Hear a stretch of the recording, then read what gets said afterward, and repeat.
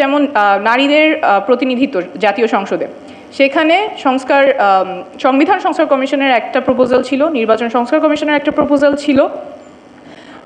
ছিল যে সংরক্ষিত আসন 50 থেকে 100-তে উন্নীত হবে এবং 100 আসন সরাসরি নির্বাচন এর মাধ্যমে নারীরা সংসদে যাবেন। পদ্ধতি দুইটা কমিশনের দুই রকম ছিল। সেটা কিন্তু ফাইনালি আমাদের যে জুলাই সনদ এইখানে পৌঁছায় নাই, কারণ রাজনীতিবিদেরা এই জায়গায় একমত হতে পারেননি এবং এটা খুবই দুর্ভাগ্যজনক।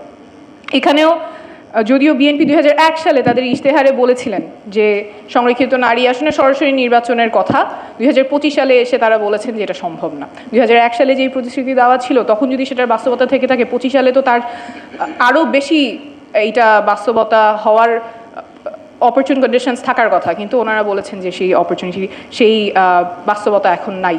তো ফাইনালি কি হলো? ফাইনালি জুলাই সনদে আসলো যে মাত্র 5% পার্টিগুলোকে বলা হবে নমিনেশন দিবে। And this is not progress at all.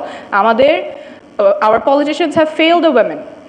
ঐক্যমত্য কমিশনে যেই প্রপোজালটা এসেছে নারী জনপ্রতিনিধিদের ক্ষেত্রে, এই ক্ষেত্রে politicians have failed the women, মাত্র 5% is status co, it is not progress at all. কিন্তু যেটা আসছে সেটা রাজনীতিবিদরা যতখানি ঐক্যমত হতে পেরেছেন তার ভিত্তিতেই এসেছে।